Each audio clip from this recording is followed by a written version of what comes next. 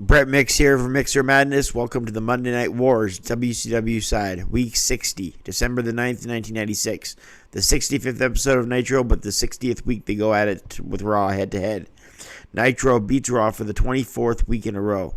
The score was 3.3 for Nitro, 2.3 for Raw, so by a whole point. So through 60 weeks now, Nitro has 41 wins, WWF has 17, and 2 draws, a 41-17-2 record for WCW. This is the Nitro with the 3.3 rating, December the 9th, 1986, from the Independence Arena in Charlotte, North Carolina, live on TNT. The first hour is living legend Larry Zbyszko with Tony Schiavone.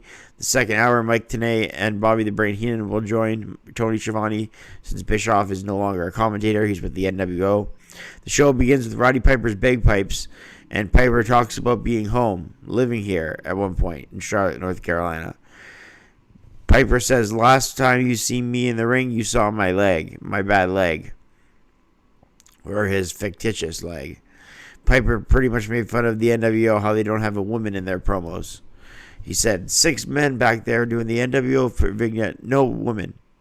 So he's referring to the NWO not playing on the same side.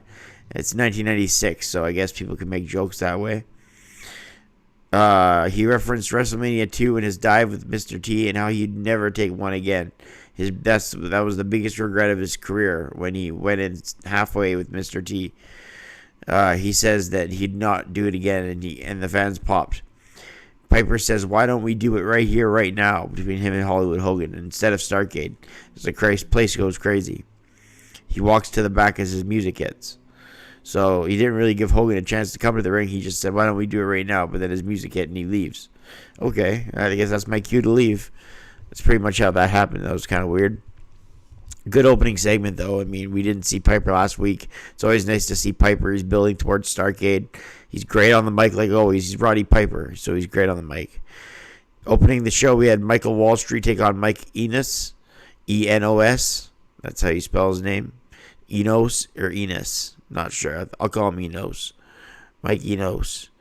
Mike Wall Street with a stock market crash. DiBiase hands a contract over to Wall Street after he beats Mike Enos at 136. So has Wall Street joined the New World Order? It's a question mark. Half a star. We'll find out if he joins the NWO soon. Next up, we got a video of Benoit and Nancy at their home. Seriously. And they're talking about things. They're smiling together, drinking wine. And, they're just loving life. And then they cut to Sullivan, and Sullivan cuts a mean promo on him. Then it's Hugh Morris taking on the Renegade with Joe Gomez. Hugh Morris with a high knee, then off the ropes gets a spinning heel kick. And then Hugh Morris laughed in the face of Joe Gomez on the outside after he takes apart the Renegade. Renegade out of nowhere with a small package, but just a 2 count.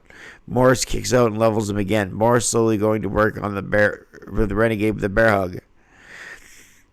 He counters with one of his own and then a power slam out of nowhere. Right hands by the Renegade drops Hugh Morris. The Renegade with a cartwheel flip into Hugh Morris in the corner. Then comes out of the potential Bulldog with a face. He counters the official Bulldog with a facebuster. And then a moonsault off the top gets it done. Hugh Morris wins the match at 3:01. I gave it a star. Next up, Mean Gene introduces Kevin Green. Kevin Green says he's going to make Hollywood Hogan be known as Choking Hogan with his fist down his throat, as he loves it, as though he plays for the Carolina Panthers, Kevin Green. So not only was he in WCW a couple months ago, but he plays for the Panthers, the hometown team. So, of course, he's going to come out for a quick promo and a cheap pop. I don't know how cheap it is, but a good pop.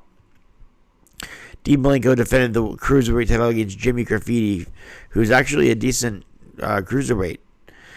Both guys with a very fast pace, drop toe hold into a front face lock, good chain wrestling to start the match.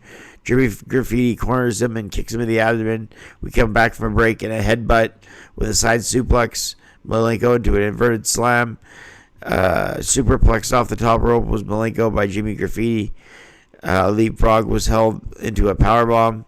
Jimmy Graffiti with a roll-up out of nowhere. Malenko kicks out and bridges out. Then he gets a backslide to Graffiti and he kicks out. Malenko with a roll-up and another kick out by Graffiti, who drops Malenko and catches him right in the suplex with a bridge. Malenko wins and retains the title at 8:09. The match was really good. I rated it 3 stars. Next up, we had the Faces of Fear, Meng and the Barbarian with Jimmy Hart taking on the Nasty Boys, Brian Knobbs and Jerry Saggs. The Outsiders came down for the staging area to watch the match as they're scouting the Faces of Fear because they've met them at Starrcade. Meng on the outside stomped on Saggs and the Barbarian with a chair shot as Schiavone goes, "Holy Moses!" I love that line. Meng then with another shot to Saggs. Barbarian on the top rope for a splash, but Saggs moved out of the way. Knobbs needs a hot tag from Saggs, but he didn't get one. Eventually, Brian Knobbs did tag in, and then he ran over both Faces of Fear members.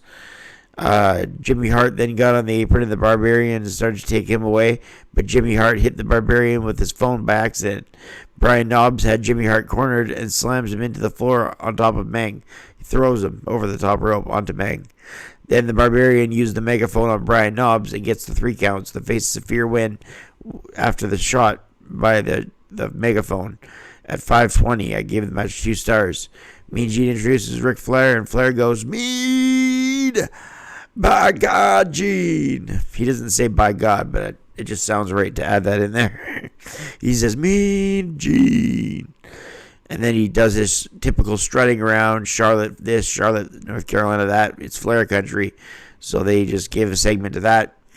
Next up, Jericho beat Bobby Eaton at 2:33 with a lion salt and a lateral press after a drop kick.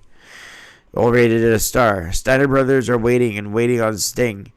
They say they call out for Sting, but there's no Sting on this episode. Arn Anderson beat Sergeant Craig Pittman. He had Deborah McMichael and Steve McMichael on his side, and Steve McMichael hit him with a briefcase. So Pittman went down, and Arn Anderson gets the victory. Rated at a star and a quarter. Next up, we had DDP taking on Jeff Jarrett in a U.S. title quarterfinals match. Jarrett and DDP do reverse arm bars, a headlock in the corner. DDP then Irish whips Jarrett, and he hits the tilt-a-whirl side suplex. Double J with a thrust kick to DDP. And then an enziguri. Double J with a victory roll, but only a 2. DDP out of nowhere with a small package, only a 2. Page then with rights and lefts, and then a flying lariat with a close near fall. Scott Hall runs from the back. Kevin Nash, as the Outsiders, edge Jeff Jarrett as DDP covers him. DDP, it gives Double J his first loss on WCW NITRO as the Outsiders distracted Jarrett. And probably overall on WCW. I graded a match a star and 3 quarters. As the Outsiders ended up distracting Jarrett there, giving him his first loss.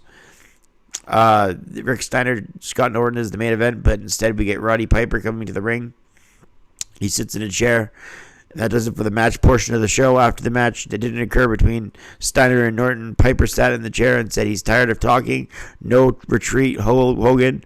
No surrender. He said, "Hogan, get your big ass out of here." And the NWO theme hits. And it's Eric Bischoff instead of Hogan. And Bischoff's telling the fans, "I love you. I really love you." Bischoff gets in the ring and walks in a circle around Piper, who's sitting in the middle of the ring on a chair. Eric Bischoff circles around him, and the fans threw drinks on his leather jacket and all that. And Bischoff says, "We'll see you on the 29th, Gimp." That's how he ends it. And then Piper stood up out of the chair and one-shotted Bischoff. A sucker punch from behind, but he still just gave him a big shot. Bischoff went down, and Piper was going to slam the chair into Bischoff's head, but the NWO come running down. Most of the NWO members, just not Hogan. We got the DiBiase, the Outsiders, I think Vincent. I'm not sure about the Giant and Hogan, though. I think those two weren't there. Or Bagwell. But the Outsiders were.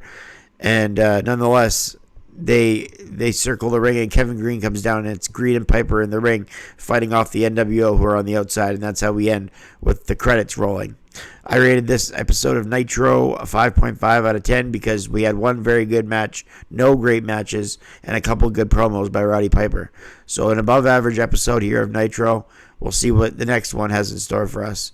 I'm Brett Mix. Hit like and subscribe if you're liking these reviews, and I'll see you on the next Monday Night Nitro.